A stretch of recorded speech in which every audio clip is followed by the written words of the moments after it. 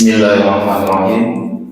Assalamualaikum warahmatullahi wabarakatuh. Kurang semangat nih. Sekali meneh. Iki awan iki, ngeli-ngeli harus semangat nih. Assalamualaikum warahmatullahi wabarakatuh.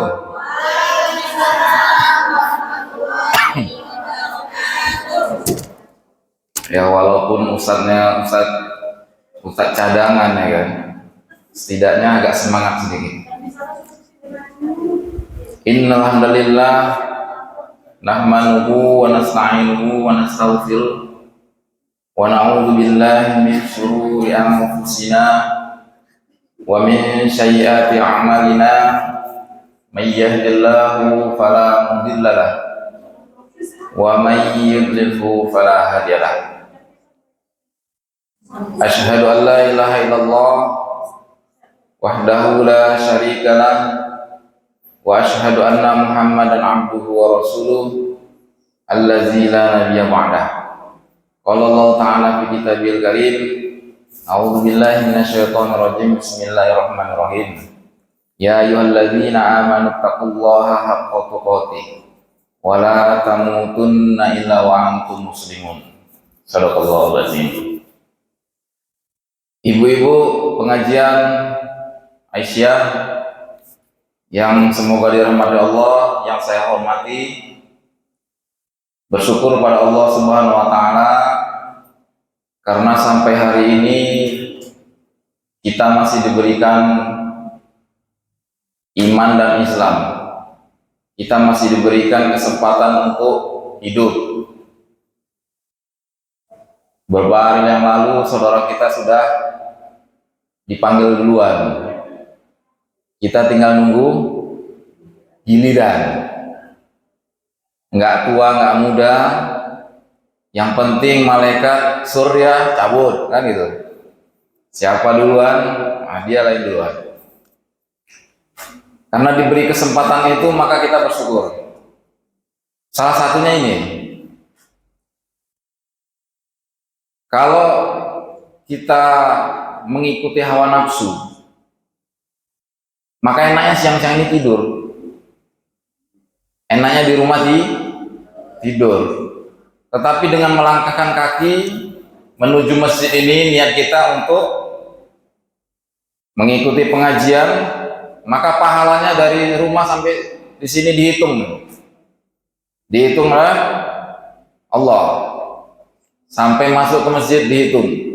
Sampai nanti pulang, maaf kata, jika tiba-tiba kita nanti ditabrak mobil, meninggal, maka meninggalnya menjadi husnul khotimah.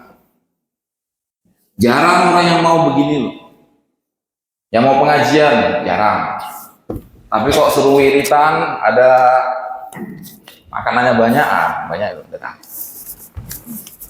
Oleh karena itu kita bersyukur kepada Allah yang telah memberikan karunia kepada kita. Selanjutnya salawat berkaitan salam untuk Nabi Muhammad Rasulullah SAW dengan mengucapkan Allahumma sholli ala Muhammad. Kenapa kita disuruh banyak bersolawat? Apa tujuannya loh? Ada yang tahu? Solawat ini nanti kita dapat syafaat. Syafaat itu apa? Pembelaan. Nah, nanti ketika kita di akhirat, ketika kita di sidang ibaratnya, maka di situ kita ada pembelaan oleh Rasulullah SAW. Kamu umatku karena banyak bersolawat. Tetapi solawatnya penuh adab. Sekarang solawatnya suka-suka. Ada solawat dangdutan. Pernah nih solawat dangdutan? Solawat sampai jingkrak-jingkrak, laki-laki perempuan gabung. Nah, udah ada lagi sekarang solawat rock. Habis itu apa lagi? Jazz. Solawat di gereja. Nah, solawat yang diminta adalah solawat yang penuh adab. Karena solawat itulah nantinya akan membela kita ketika kita nanti di persidangan akhirat kelak. Ibu-ibu yang saya hormati, Alhamdulillah hari ini ustadznya nggak ada. Jadi saya diberi kesempatan untuk mengisi pengajian ibu-ibu. Ya nggak apa-apa lah, sekali kan. Mudah-mudahan, saya mohon jangan lihat siapa orangnya, tapi lihatlah siapa yang mengatakannya. Jadi siapapun dia, kalau nanti kira-kira benar, terima. Kalau kira-kira nggak cocok, tolak. Itu aja. Jadi saya mohon jangan lihat orangnya. Saya tadi 12:30 sih nunggu kan. Saya mikir, apa karena aku yang ceramah yang nggak ada yang datang gitu. Maaf ya, suuzon. Tiba-tiba datang satu, alhamdulillah. Rupanya jam 2.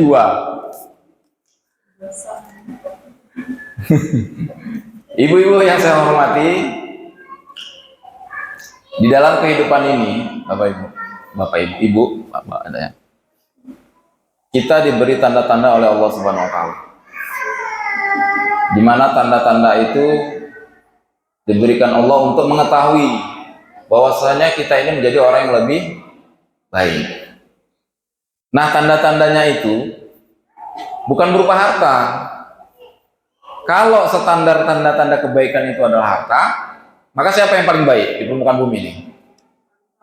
Korun, ya kan? Nah, apakah dia menjadi orang yang baik? Tidak. Korun adalah orang yang paling dihinakan oleh Allah Subhanahu wa taala. Dulu dia orang nggak punya. Sejaman dengan Nabi Musa.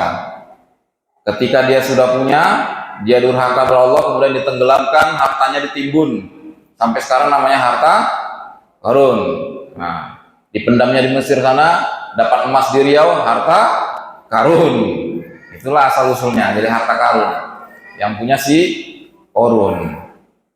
Nah, Allah juga tidak memberikan tanda-tanda kepada jabatan, pangkat. Nggak Allah kasih itu. Jadi jangan kira aku kan banyak sawitku, rukoku banyak, kan? Aku udah jadi orang baik. Oh, salah itu. Justru itu ujiannya di situ. Kalau seandainya tanda-tanda kebaikan itu diberikan berupa harta, maka siapa yang paling sukses? Siapa yang paling baik? Firaun, karena dia lahir dari seorang pangeran, mati jadi raja. Itulah Firaun. Sempat dia mau tobat, tapi sumpel mulutnya sama malaikat. Nggak rela malaikat, orang ngakunya Tuhan kan. Waktu dia terombang-ambing di Laut Merah, ingin meminta tolong sama Musa, Musa tolong, ya kan. Udah mulai ngakui dia bahwasanya Tuhan itu Tuhan Nabi Musa. Oh, nggak setuju lah malaikat. Dan sekarang mayatnya ditaruh di museum. Raja Firaun itu banyak. Jadi raja yang tenggelam itu Ramses II. Yang sekarang dijadikan mumi. Kalau yang lainnya itu dibalsem. Tapi kalau si Firaun yang satu ini memang nggak dibalsem. Itu memang ketika dibelah memang mengandung air garam, makanya dia tidak busuk. Yang membelah itu namanya Dr. Bohil, orang Prancis, dan sekarang alhamdulillah masuk Islam. Gara-gara lihat si Firaun tadi, dia masuk Islam. Ternyata benar ayat Allah itu di Al-Quran itu. Bapak Ibu yang saya hormati, nah lantas apa tanda-tanda kebaikan yang diberikan Allah kepada kita? Kita singkat aja, ada 4 ya. Ada 4. Yang pertama, Allah akan tambahkan pemahaman agama kepada kita.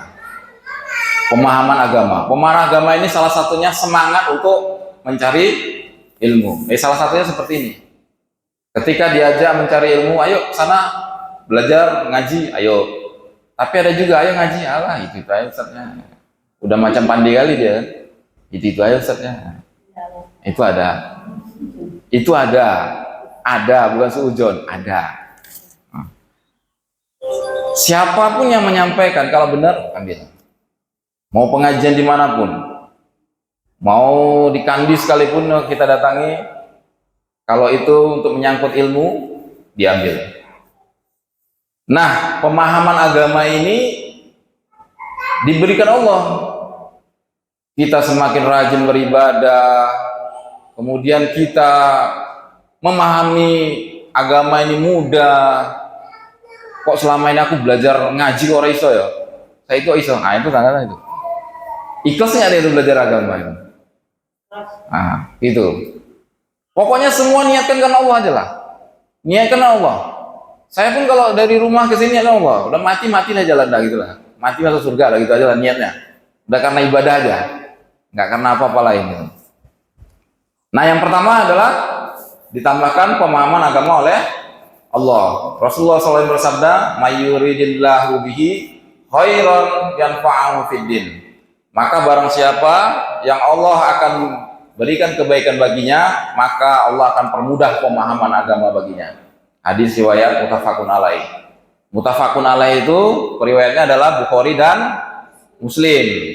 Karena dua orang inilah mereka dua orang yang paling banyak menerbitkan hadis-hadis yang sahih. Kalau yang lainnya ada, tapi orang dua ini yang lebih banyak. Nah, yang kedua adalah Allah tambahkan istiqomah. Apa istiqomah? Siapa yang tahu istiqomah apa? Kalau bahasa kerennya sekarang continue, terus menerus, nggak ujuk-ujuk, ya kan? Apalagi nggak Senin Kamis. Nah, itu namanya istiqomah. Rasulullah SAW bersabda, "Iza aradallahu bi'abdi khairan ista'malahu."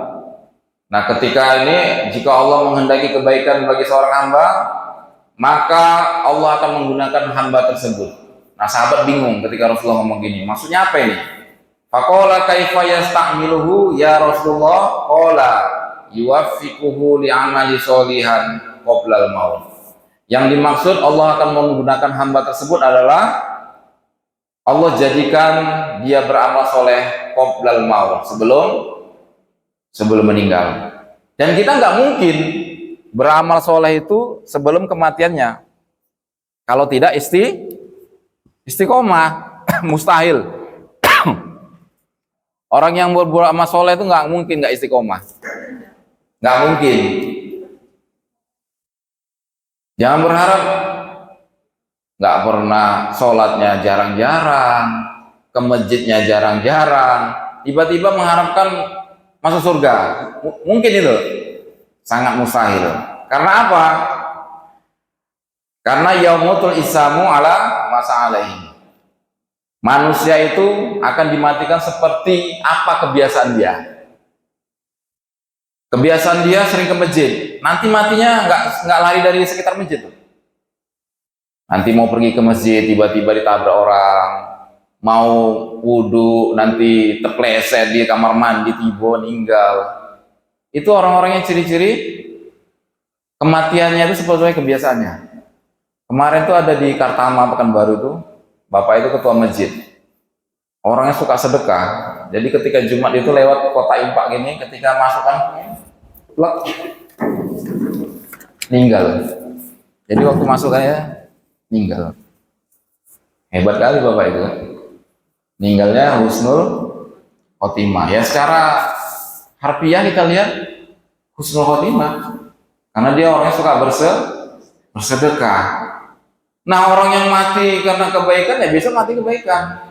Orang yang besok suka ngomongin orang ya besok mati ya diomongin orang. Iya kan? Pengajian yang punya rumah ngasih lontong, ya kan? Ini lontongnya sitik kali nih. Udah omongan. Yang satu lagi, iya. Kuai pun sitik kok, selek kawan. Pelit kali kerupuknya pun sitik. Ya. Tapi habis pula itu lontongnya kan. Sitik-sitik tapi entek, ya kan? Nah, ini jadi teh orang. Nah, begitu juga orang yang pendosa. Kalau orang yang baik tadi kebiasaannya ya hati-hati orang pendosa ya berjudi ya kan, orang yang suka judi, main slot ya kan, main skater di sawitan, patok ular mati ya, gitu matinya gitu. mau beli chip, nanti ke counter, serempet mobil, mati. Nggak jauh dari situ, maka hati-hati. Kebiasaan kita akan tercermin ketika kita nanti mau meninggal. Orang yang pakai susu, meninggalnya payah, jelas. Itu nampak itu nanti. Orang yang, banyak lah tanda-tandanya. Nanti jadi kayak orang tua ya kan, banyak. Yang penting kita jaga kebiasaan kita di waktu hidup ini. Ya orang nggak ada yang nggak bersalah, pasti bersalah. Setidaknya kita ini mengurangi atau meminimalisir kesalahan. Nah, yang ketiga, Allah akan menitipkan kebaikan itu. Allah akan tambahkan kelemah lembutan kita. Allah akan tambahkan welas asih kita, kasih sayang kita. Nah ini, itu nanti jatuhnya nanti mudah memahami orang. Berbeda, ya nggak apa-apa, namanya manusia, berbeda nggak apa-apa. Tapi jangan mencela. Wah nggak enak pengajian gini aja. Enak pengajian kono. Nah, gitu. Ada. Berbeda nggak apa-apa. Kita belajar agama itu yang penting dalilnya jelas, penjelasan jelas, terima. Kalau nggak jelas, ya nggak usah terima. Tapi nggak boleh mencela. Nah, ini sakitnya kita mencela. Ngakunya belajar Quran, nanti ngaji. Ini sebelah sana mencela. Yang dicela kawannya pula yang Islam. Kalau non Muslim masih penting, ini kawannya pula yang sama Islam dicela. Nah, ini nggak cocok. Maka Allah akan menambahkan kasih sayangnya, memahami orang. Nah, memahami orang ini perlu belajar. Kita gampang tersinggung, jangan nyinggung orang. Caranya gitu. Kalau aku dulu memang suka tersinggung, tapi sekarang udah belajar sedikit ya. Sedikit belajar. Oh ya, nggak boleh, ini nggak boleh. Marahnya kurangi. Ya marah sekali-sekali boleh, tapi jangan sedikit-sedikit marah. Makan boleh, tapi nggak boleh sedikit-sedikit makan. Nggak boleh ngono. Maka Rasulullah SAW bersabda, "Iza aradallahu bi ahlil bait khairan adkhala alaihim rifqa." Maka jika Allah menghendaki kebaikan bagi suatu keluarga atau hamba, maka Allah akan melemah lembutkan kasih sayang baginya. Ini yang ketiga. Nah, kita 4 aja, mau sampai banyak. Yang pertama tadi apa tadi? Allah tambahkan pemahaman agama. Yang kedua, Allah tambahkan istiqomah. Yang ketiga, Allah akan tambahkan lemah lembut kita kepada orang lain. Nah, yang terakhir, nah ini yang agak susah kita cerna nih. Ini saya pun kadang masih ngeluh juga ini. Sama-sama ini. Allah kirim musibah kepada kita. Nah, coba. Kita kadang menyangka, loh, kok malah kebaikan itu ditimpakan musibah. Allah timpakan musibah. Ini kita kadang nggak nyampe. Kok bisa? Allah kasih musibah. Mayyuridillahu bihi khairan yuridu minhu. Maka barang siapa yang dikehendaki Allah kebaikan, maka dia akan ditimpamu musibah. Musibah baik kepada orang yang baik ataupun musibah kepada orang yang jahat. Allah kasih musibah. Pertanyaannya, Ustaz, kalau musibah ditimpakan sama orang baik wajarlah. Ini sama orang jahat, tetap itu kebaikan. Contohnya ya. Ada orang dia ingin memakai perempuan nggak bener lah di hotel gitu kan. Tiba-tiba tengah jalan tabrak orang dia pincang. Nah, itu sebenarnya bentuk kasih sayang Allah itu. Satu, dia tidak mau dia berzina.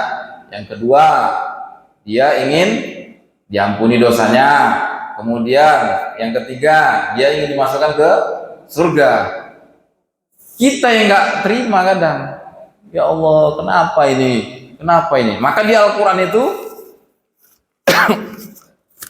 itu disebutkan, apakah kamu mau masuk surga itu gampang? Jelas Allah ngomong itu.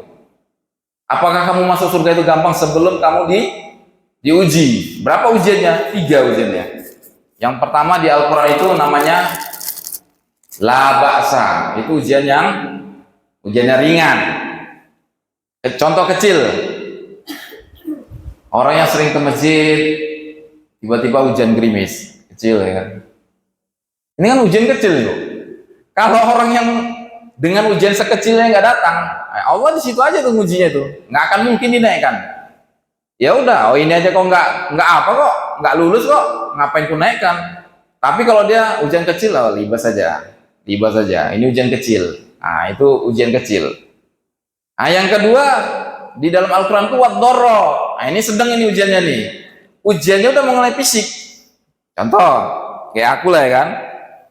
Dulu nggak pede pakai pakaian kayak gini. Beberapa tahun aku memantapkan jiwa aku memakai pakaian gini ini beberapa tahun ini. Ketika dipakai suruh orang pakai pakaian berjenggot nggak berani, merasa nggak pantas gitulah. Nah, ketika sudah mulai gini ya mulai diajak orang, iyalah, soalim lah itu, pakaiannya kayak Superman, ya kan? Pakai, wah itu lah, pakai cadar ninja mungkin. Itu udah bentuk fisik, itu ujian, omongan dari Allah titipkan itu. Ujian itu melalui lisan orang, sanggup nggak kita itu? Tiba-tiba ya men lah, suka aku lah, harus keneng itu berarti nggak sabar. Tapi kalau ya memang kita niat kita memang ingin belajar yang lebih baik, bukan kita mengaku lebih baik, tapi kita belajar ingin menjadi yang lebih baik. Udah kena fisik, apalagi contohnya, oh janggutnya panjang kayak nogo katanya, ada, oh itu celonanya cingkrang itu, koyo apa itu, koyo kebanjiran. Itu omongan seperti itu ada banyak, nggak apa-apa. Oh itu Madya itu bukan Muhammadiyah, Madya itu naik ngubur kayak kucing itu. Nah, itu ada, itu udah kena fisik. Kalau kita dengan ini, dengan ujian yang kedua tadi wad-dharra tadi udah semangat, Allah tambah lagi, bukan Allah turunkan tambah lagi. Jangan dikira kita udah soleh nggak diuji, makin berat ujiannya, karena pohon makin tinggi goyang makin kuat. Ah, yang terakhir ini zulzalah, di Al-Quran itu dikatakan zulzalah. Zulzalah itu apa artinya? Apa? Iza zulzalatil zilzalah, goncang kan? Goncang gempa. Ah, ini pernah ngalami nih, pernah. Saya rasa pernah kita udah sholat, udah puasa, udah berbuat baik semua lah. Aku udah sholat, udah puasa, kok kenapa masalah nggak siap-siap nih? Ada aja, engkau udah siap satu, anakku narkoba, udah siap satu, anakku ini metengi uang, ada lah, muter terus. Padahal orang tuanya soleh. Kenapa seperti itu? Nah, ini cobaan, ujian. Maka kata Allah, la yukallifullahu nafsan illa wus'aha. Allah itu nggak akan mungkin muji seseorang kalau dia nggak mampu, mustahil. Ah, ini si Polan ini mampu, uji terus. Kenapa aku nih nggak siap-siap ini masalahku nih? Aku pola pinter, ujian P3K nggak jebol. Bukan masalah itu. Ya Allah memang belum ngasih aja. Udah. Nah ini ujian yang ketiga tadi, la ba'sa, doro, dan zulzalah. Nah di ayat di ujungnya, kalau kamu bersabar, Allah akan melipat gandakan katanya. Nah ternyata itu ujian. Nah kita nggak menyangka oh musibah ini ternyata ujiannya. Ternyata musibah ini adalah ujian. Ngeluh ya banyak. Kalau kita bisa menerima ini dengan lapang dada, kita bisa menerima ini dengan kuncinya dua. Allah tuh memberikan satu anugerah, dua musibah. Menghadapinya sabar dan syukur, ya kan? Kalau sabar Allah kasih, kalau syukur Allah tambah gitu ayatnya kan. La in syakartum la azidanakum. Kalau kau bersyukur nikmatku ku tambah. Wala in kafartum. Tapi kalau kau kufur ini macam-macam. Kufur ini bukan kafir, bukan ya. Kufur ini enggak syukur nikmat. Udah dikasih mobil Innova minta Pajero, itu enggak syukur juga itu. Secara halus. Nah, setelah itu walain kafatum inna azabi lasyadid. Maka azabku sangat, nggak bersyukur aja azabnya sangat pedih, nggak bersyukur. Ngeri lah kita. Nah, dari kebaikan-kebaikan ini, maka yang diharapkan kepada Allah kita menjadi orang muslim yang kuat, muslim dan muslimah yang kuat. Allah sangat mencintai muslim yang kuat daripada yang lemah. Kenapa Allah ngomong kayak gitu? Nah, apa ciri-ciri kekuatan muslim yang kuat itu? Ada 3. Kuat apanya? Yang pertama kuat apanya? Nah, termasuk iman, rohaninya, agamanya kuat, spiritualnya kalau bahasa kita. Agamanya kuat. Kalau agamanya nggak kuat, nah itulah yang terjadi. Spiritualnya nggak kuat, intelektualnya kuat. Nah itulah hakim-hakim itu nokoy orang, ya kan? Kemudian ada itu yang korupsi-korupsi itu imannya nggak kuat, tapi dia intelektualnya kuat. Makanya dalam peraturan, contoh kita lihat nanti di Dasmen ada, itu dalam undang-undangnya itu nomor 2 itu saya baca itu takwa dulu. Takwa itu apa itu? Apa takwa? Akumulasi kumpulan perbuatan baik. Hasil perbuatan baik ini nanti itulah ujungnya namanya takwa tadi. Nah, takwa itu lawannya apa? Kalau di Al-Quran, fujuroha watak waha. Takwa itu fujur. Takwa itu hasilnya dari iman. Fujur tadi dari setan. Nah, dua-dua itu seimbang dia. Nafsu, takwa. Disebutkan 115 kali dalam Al-Quran. Nafsu, takwa, nafsu, takwa. Itu sama itu. Artinya apa? Artinya sama-sama godaannya. Yuk, nyolong yuk. Nggak usah. Siti ai. Enggak. Nah, itu ada itu. Tarik menarik seperti itu. Itu seimbang semua antara nafsu dan takwa. Makanya di ayat itu am hasibtun antadkhulul jannata. Apakah kamu kira mau masuk surga itu mudah? Di situ ada jannah ya, jannah. Kalau yang belajar bahasa Arab, setiap awalan jim sama nun maka dia tidak diketahui. Jim sama nun, jannah itu adalah kalau orang Arab mengartikan itu kebahagiaannya belum nampak. Jadi kalau di Arab punya mobil lah biasa. Tapi kalau punya kebun sawit yang belum ada, nah itu luar biasa. Jadi jannah itu sesuatu kebahagiaan yang belum nampak nanti. Contoh ya. Jin sama nun, jin nggak nampak, ya kan? Lawannya apa? Insan. Makanya wal jinni wal insi. Itu selalu ayatnya berdampingan. Jinni wal insi. Jin nggak nampak, insan makanya kalau ada setan yang nampak itu setan yang sial itu. Kok bisa nampak dia? Jadi kalau kita pun manusia yang suka nggak nampak, itu namanya Contoh ya. Contoh nih. Contoh. Kalau ada orang yang suka diem-diem, kan jin itu kan diem-diem tuh. Nah itu ibaratnya itulah. Nanti berangkat kerja diem-diem, lewat belakang. Apalagi ibunya nanti main WA diem-diem, nggak tahu suami. Gitu juga suaminya WA diem-diem. Nah itu kan diem-diem.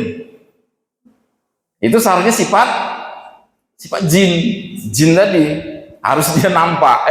Jin itu halus nggak nampak. Apalagi jim sama nun, janin, nah kan nggak nampak. Tapi nanti ketika dia nampak baru namanya janin. Nah kalau kita pelajari bahasa Arab tuh penuh makna semua. Jadi nggak hanya jannah itu apa? Oh surga, itu belum nampak. Jadi kalau orang Arab itu kebahagiaan yang belum nampak, nah itulah jannah. Oh jannah. Orang Arab nengok apa namanya? Gurun pasir biasa nggak? Tapi kalau nengok rumput nanti hijau, itu luar biasa, bahagia mereka. Nah, yang pertama tadi apa kekuatannya? Spiritual. Itu apa ya? Spiritual tadi agamanya kuat. Ya kalaupun kita nggak 100%, setidaknya kita memahami dasar-dasar agama. Kemudian yang kedua adalah intelektual. Makanya tadi takwa dulu baru pinter, bukan pinter dulu baru takwa. Nah, baru yang ketiga itu apa? Fisikal. Fisikal artinya fisik, kuat. Jangan jogging kuat, baca Quran nggak kuat, lucu. Badminton kuat, ngerumpi kuat, tapi baca Quran nggak kuat, aneh, sangat aneh. Maka ini kekuatan muslim kita ini spiritual, agamanya kuat, intelektualnya kuat, kemudian fisikalnya kuat. Inilah yang diusahakan di Muhammadiyah. Jadi tujuan Kiai Haji Ahmad Dahlan itu seperti itu dulu. Ketika dia membuat organisasi ini, jadi yang dibahas itu bukan kita agama ini luas. Perjuangan kita ini bukan hanya agama aja. Jadi luas. Kita jihad. Nah, kalau orang yang di kantor dewannya jihad konstitusional, siapa yang mau berjihad di sana kalau nggak orang-orang sana? Jadi jangan kita mengira jihad itu tembak bom, bukan seperti itu. Jihad itu serius artinya. Apalagi sungguh-sungguh kan jihad. Kita boleh di dalam agama itu boleh kita menyerang orang kalau kita diserang duluan, itu boleh, nggak apa-apa. Nah inilah yang diusahakan. Bukan berarti Muhammadiyah itu paling baik, bukan. Tetapi kita berusaha menjadi orang yang paling baik. Di situ nanti, nah sini mulai pengajian. Nah, senang juga ada guru yang muda-muda. Nanti yang tua-tua sudah pensiun, yang muda-muda. Kalau nggak nikah diambil orang pergi dari sini ya kan.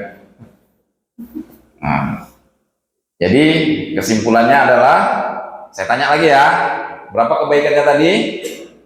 4. Yang pertama, pemahaman agama. Yang kedua, istiqomah. Ketiga, lemah lembut. Nah, yang keempat, musibah. Nah ini, musibah ini yang sama banyak ini yang nggak terima. Oh kenapa lah kau meninggal duluan? Kalau seandainya rumah sakitnya kemarin dekat kan kau nggak meninggal, nggak boleh. Itu udah meninggal ya udah, meninggal aja udah. Oh kenapa nggak minum obat ini duluan? Kok minum obat itu gimana sembuh? Kenapa ngebusam sinar lama kali? Enggak kan cepat dia sembuh. Contoh ini kan. Ini hal-hal yang kayak gini perlu kita belajar. Nah, Ibu yang saya hormati, ini sampai jam berapa? Sampai azan. Azan kita 15, 20, 23. Nah, kita buka tanya jawab aja. Kalau ada yang mau bertanya, saya silakan. Tapi pertanyaannya jangan susah-susah. Oke, terima kasih. Sekian. Assalamualaikum warahmatullahi wabarakatuh.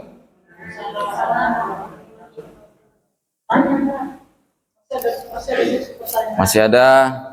5 menit. Nah.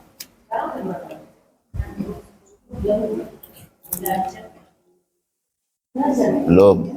15.23 ajannya, kalau nggak salah. Ini 15.10, berarti 10 menit lagi bisa lah. 10 menit. Tanya Ustaz, orang yang diberi amanah, terus orang yang amanah itu masuk jihad ya?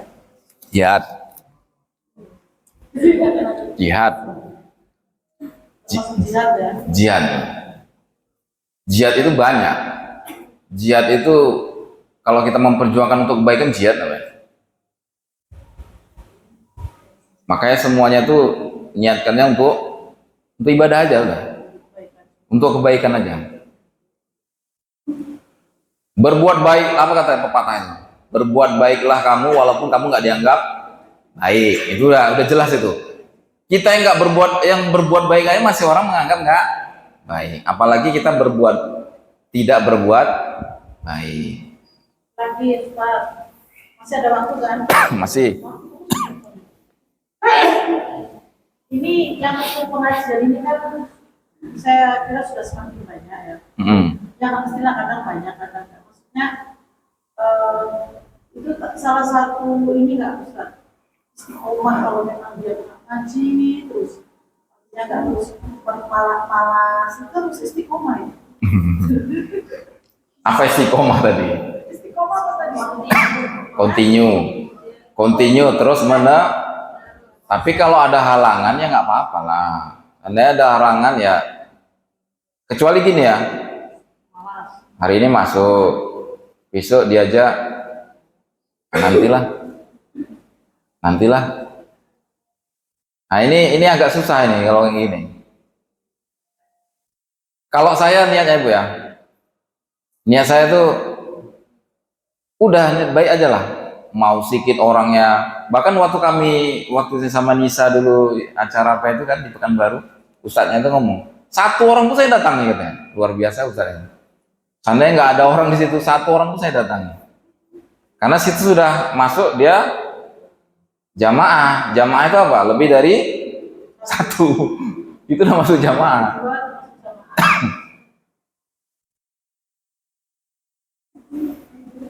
Karena kita ini apa ya itu katanya ya, manusia ini kalau ada itu apa namanya? Lupa saya. Ngomong apa tadi? Ada lagi? Ica? Aicha? Ica yang anak pesantren nih.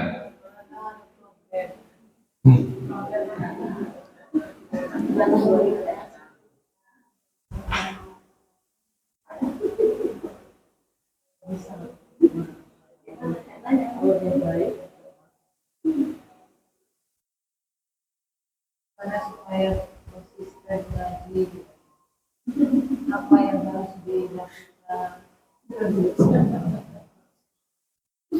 Ya harapan saya yang mudah-mudahnya konsistennya itu bukan karena sesuatu ya, karena ancaman. Nanti kalau nggak ngaji gini ya, jangan gitu. Ngaji itu boleh sama siapa aja. Mau sama orang ya maaf Salafi ya silakan. Mau orang Muhammadiyah ya silakan. Yang penting itu isinya itu loh. Jangan gini, ngaji di Muhammadiyah nggak berubah aku kata. Itu aja kata. Ada itu Bu, saya udah denger itu, ada nggak berubah, gitu-gitu aja. Itu pada diri sendiri masing-masing. Makanya bingung kita, berubah seperti apa? Apakah berubah dari pakaiannya, ataukah berubah dari kepribadiannya kan gitu kan? Ya kepribadian kita antar kita sama Allah lah ya kan? Pribadi masing-masing. Kalau saya sebisa mungkin lah, walaupun rumah saya di Pekanbaru ya sebisa mungkin saya ke sini. Kenapa? Panggilan jiwa tadi. Nah di sini kita, kalau kita lihat perjuangannya dulu kan dari pertama dulu di mana kan? Dari orang yang sedikit sekarang jadi banyak, alhamdulillah.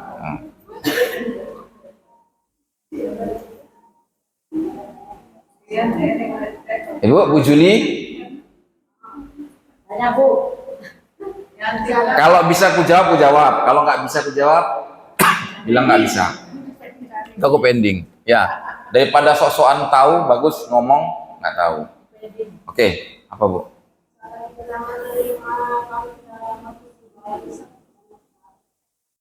Cara menerimanya.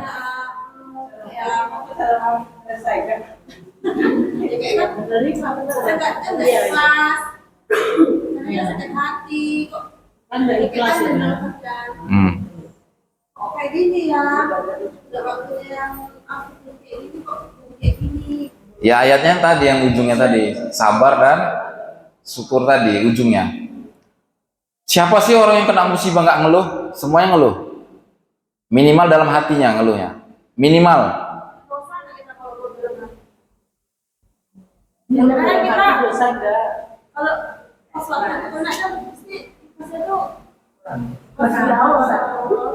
Kita mau cerita dalil betul nih, mau cerita hukum betul.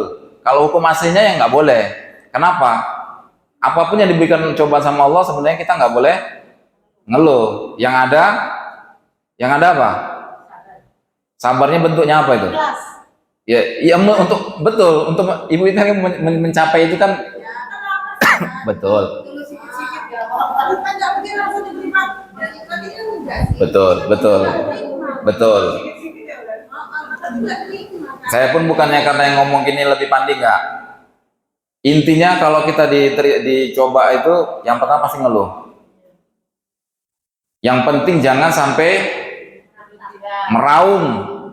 meraung ke sana ke sini nggak tentu. Ya wajar ngeluh, kita manusia loh. Maksudnya yang penting nggak usah ngomong ke sana ngomong ke sini gitu kan Ustaz. Betul. Terus tidak menceritakan apa yang terjadi di orang lain secara membagi Utang.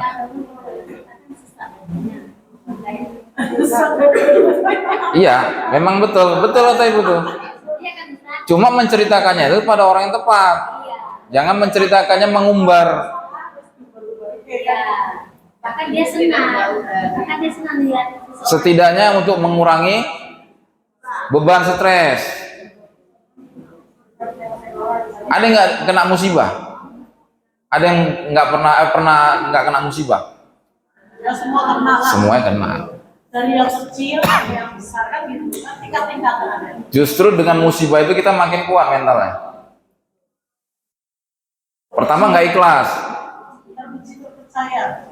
Apa musibahnya? Oh, duit kita dipinjam orang nggak balik. Musibah juga itu, melalui orang lain. Pertama ngutuk-ngutuk. Selama ya wis lah, ikhlas. Ya ujung-ujungnya kita diminta ikhlas, ujung-ujungnya pasti minta ikhlas. Harus sabar dan ikhlas. Innallaha ma'as sabirin. Nah, ikhlas itu apa ikhlas? Ikhlas tuh ya wis pokoknya dirasakan aja. Nggak ada. Ikhlas nggak rela nggak ada. Ustaz, kayak saya sama anak bikin kayak satu jualan. Yang ada di situ nggak dapat duit. Jadi kali orangnya udah pisah. Nggak ada lagi. Iya, ya Allah, semoga tanamkan keikhlasan di hati. Kayak gitu loh Ustaz. Gimana lagi kan? Iya, nanti Semoga dari situ lebih banyak rezekiku ya kayak gitu aja. kan ujungnya nanti kalau ikhlas itu ujungnya nanti hampir sama syukur kan. Jadi kalau udah syukur apa tadi? Ditambah. Ditambahnya tuh gini. Nanti jangan beranggapan nambahnya tuh materi semua, enggak. Kita tambah sehat. Kalau yang bukan misalnya bukan hak kita itu tadi kan. Itu nanti banyak pengurangannya tuh, ditipu orang, sakit datang. Tapi kalau penambahan nanti oh kita makin sehat. Anak kita jadi soleh, itu kan rezeki tuh, nikmat itu. Jangan pikir oh ini nanti duit, oh enggak, bisa jadi enggak tahun ini, 10 tahun yang kemudian manisnya, gitu. Paling nikmat itu sehat dan Ya, jam piro? Pas. Jam 15, 18, 19, 20, oke. Oke? Jadi nanti habis asar langsung pulang kan? Nggak ada lagi acara kan? ada yang undangan. Ada yang mau nanya lagi?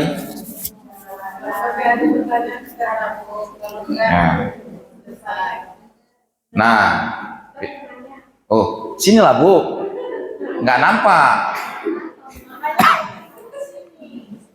Aku pun nengok-nengok dari mana Bu Retna, oh ya sana rupanya. Karena kalau belajar aku senang. Karena Assalamualaikum. Waalaikumsalam.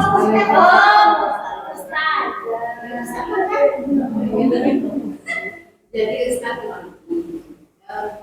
kan Allah sudah memberikan setiap kita tidak bisa membantah dari setiap takdir.